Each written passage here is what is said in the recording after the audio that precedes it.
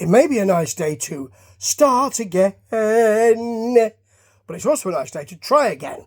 And that's what Billy Idol has done. He's had an album out in 2014, 10 years ago, Follows, and 2 EPs, the last of which I really rather liked.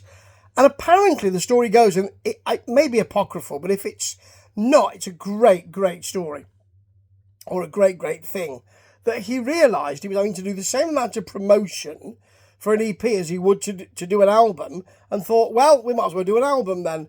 So he contacted Stevie Stevens, of course, who he's worked with for so long, and we've got this album, Dream Into It. It's not that good, to be honest. Let me add a caveat to that. Let me caveat this early. I'm getting into the caveats very early now. It has an avowedly 80s feel to it. Now that is on point at the moment. There's lots and lots of 1980s stuff coming out. The AOR feel of the 80s, the art pop and the new romantic pop of the 80s. That is kind of de rigueur and du jour at the moment. So I can understand why he's got a drum machine and a vocal on the title track that's up first. It is very 80s. It minds one seam, but it's too easy. There's nothing abrasive here. That's a problem for me all the way through. I'm expecting a bit of rock, and I'm not really getting it. I'm getting some poppy kind of pop punky feel. I am with 77, which is with Avril Lavigne. It's got a tight and funky middle. But it is an 80s pop duet, and it dances around quite nicely, but it is in one ear and out the other. I mean, I listened to it earlier on, and I've got notes on it, but I can't recall it, to be honest. And I could go back and listen to it, but I can't be bothered. Why would you? We've also got a bit of 90s Ash. I mean, it's not an era that's revisited that often, so it's interesting. Too Much Fun, it's called. There are mea culpa lyrics here of, I've had loads of drugs and loads of drink and nothing really helped, and I've hurt people and all that kind of stuff. So you do get that. And he's a survivor, so he's here to be able to do that, which is great. It is a perky pop punk too.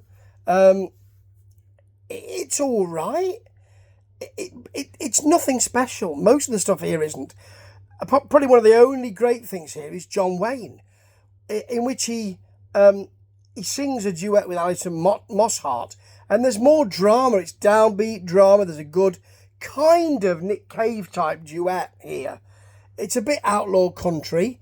It's got a bit, and that's also on point. There's no wasted stuff here regarding that. Wild Side, though, with Joan Jett, is simply not wild enough.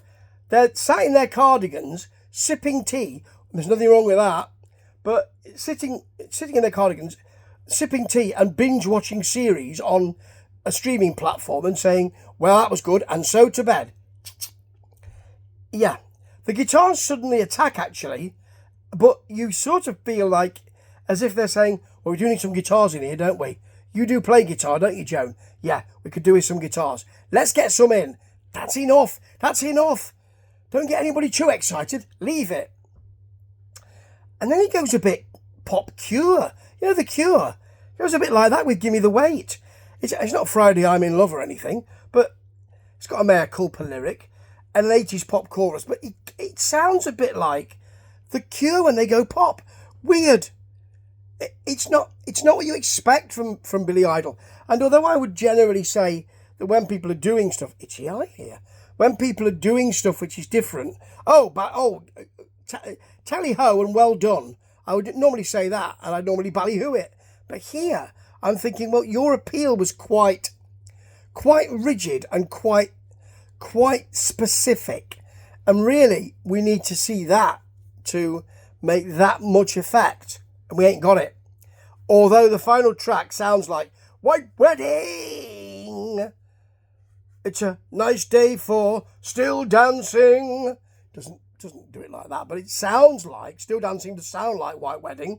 It's got some urgency at least. It's got a big solo at least. At no point here, I don't think the Stevie Stevens. I mean, he must have been able to take a lot of time off, because he doesn't touch the guitar from what I can hear very much throughout this album. I might have not been listening because it didn't grab me, and it didn't. I was listening, sadly, and all I can say is that you won't remember it when it's gone, which is great with bubblegum. You think, it's disposable pop, but you still recall it, don't you?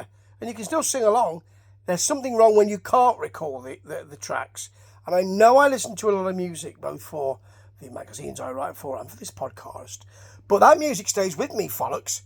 Yeah, it's a terrible existence. It's always in my head. But this, I can't remember any of it. And that is not a very good thing. Ta-ta.